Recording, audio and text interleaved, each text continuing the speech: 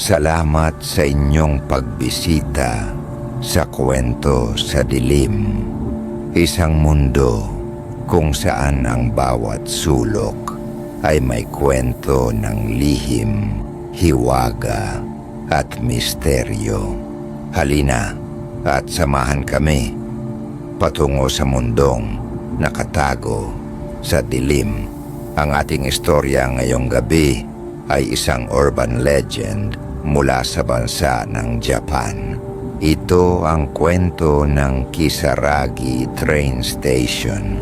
May mga istasyong hindi nakikita ng lahat.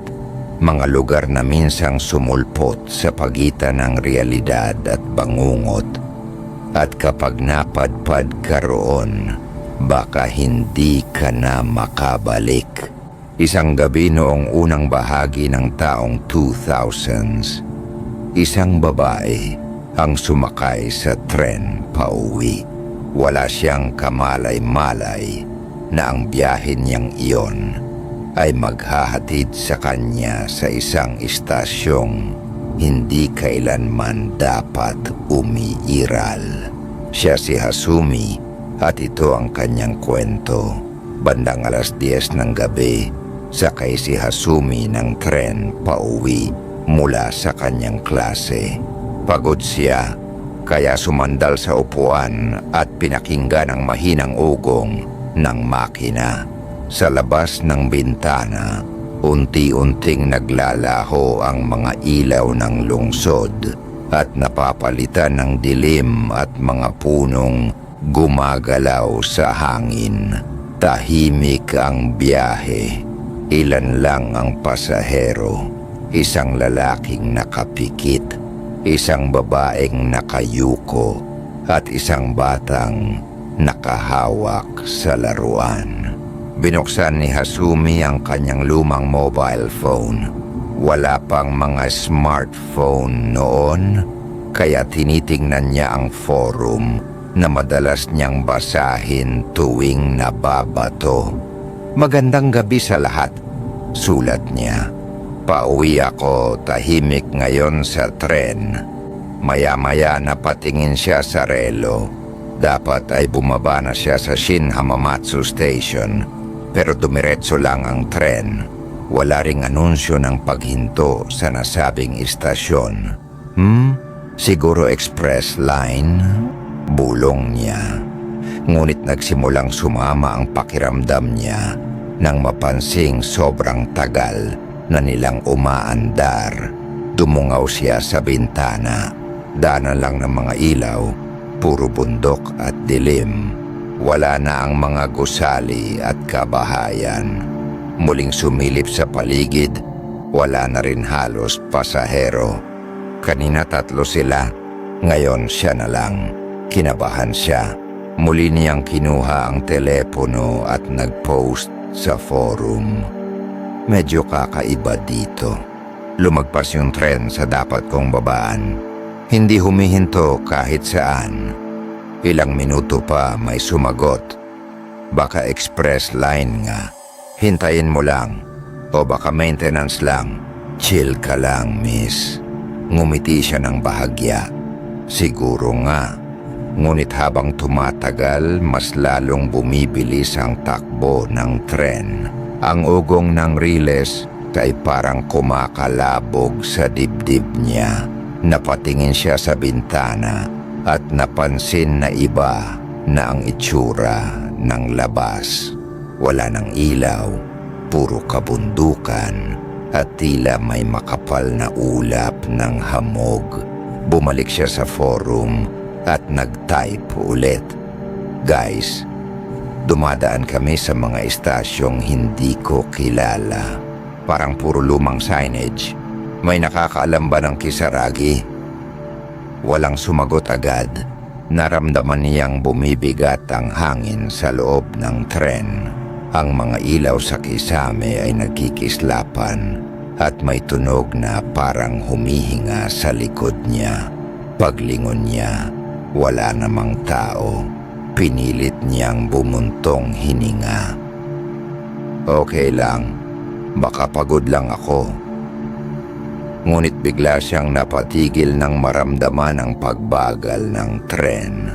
Unti-unti itong huminto at sa labas nakita niya ang karatula. Lumang kahoy, may mga kalawang na bakal at nakasulat sa lumang estilong titik hapon, Kisaragi Station. Napakunot ang noo niya. Kisaragi, saan yun? Binuksan niya ang telepono at nag-type. Guys, huminto na yung tren. Sabi sa signage Kisaragi Station. Di ko alam to. May sumagot agad. Walang ganong station sa Hamamatsu Line. Sigurado ka ba?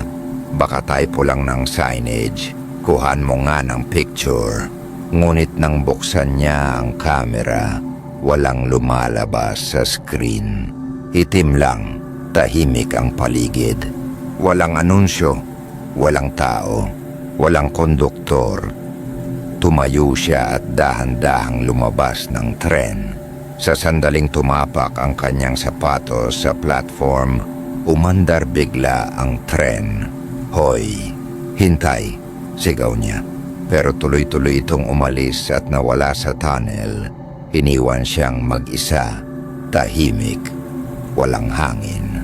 Walang tunog maliban sa mahinang alingaw-ngaw ng mga kuliglig. Napatingin siya sa paligid. Ang istasyon ay maliit, gawa sa kahoy na tila matagal nang walang gumagamit.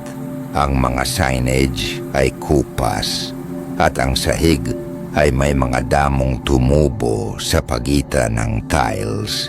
May ilaw ng poste sa dulo, kumikislap-kislap ang bombilya. May tao ba rito?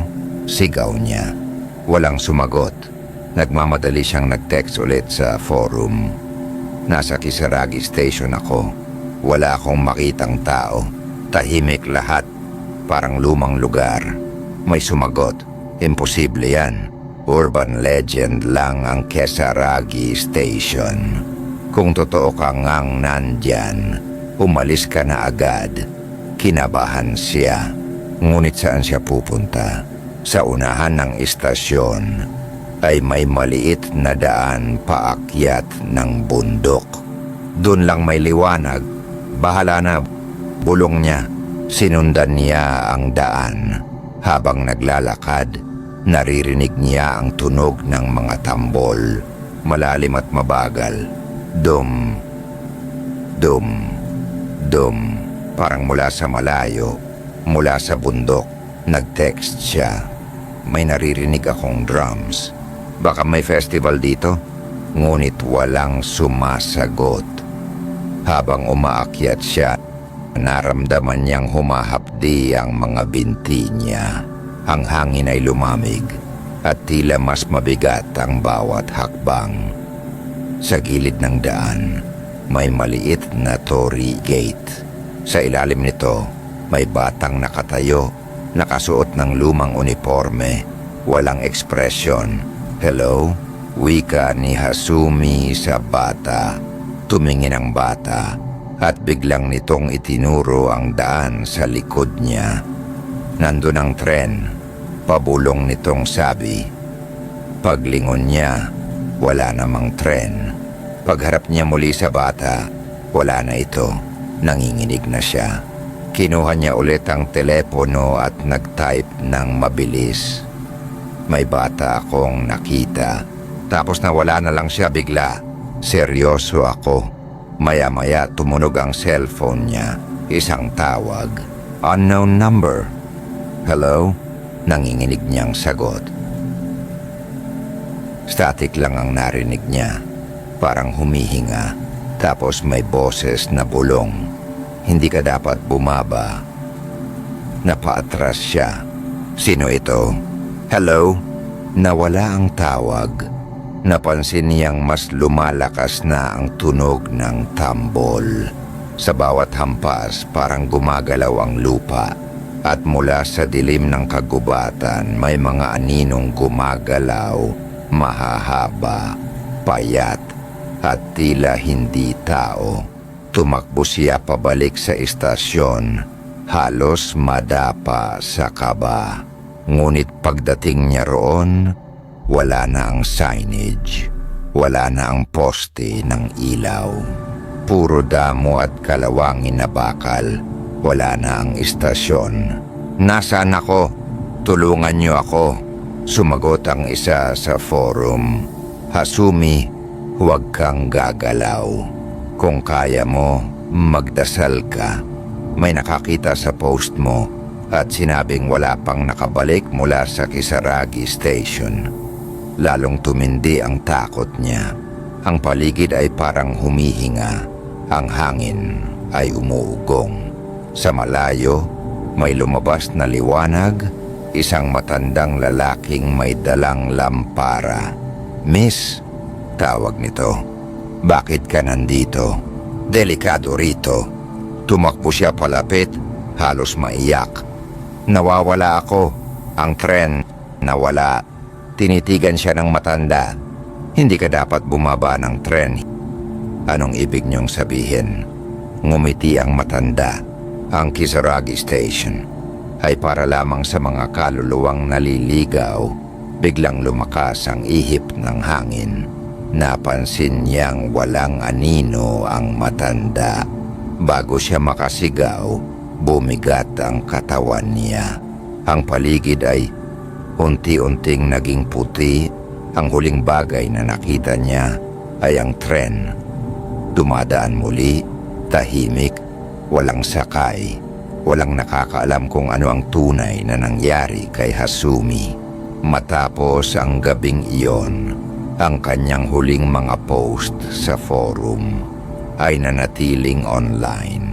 Mga mensaheng puno ng takot at mga komento ng mga taong hanggang ngayon ay nagtataka kung totoo ba ang Kisaragi Station. Sabi ng ilan, minsan daw kapag tahimik ang biyahe mo sa tren at naramdaman mong parang may kakaiba, huwag kang bumaba kahit saan dahil baka hindi na ito bumalik sa istasyong kilala mo. At kung sakaling marinig mo ang mga tambol sa malayo, tumingin ka lang sa labas, pero huwag kang tatayo. Baka katulad ng Kisaragi Station ang susunod nitong hinto. At dito nagtatapos ang ating kwento.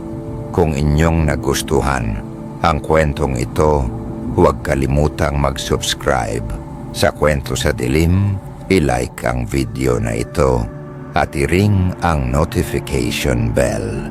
Tandaan, sa bawat sulok ng dilim, may kwentong naghihintay. Hanggang sa muli.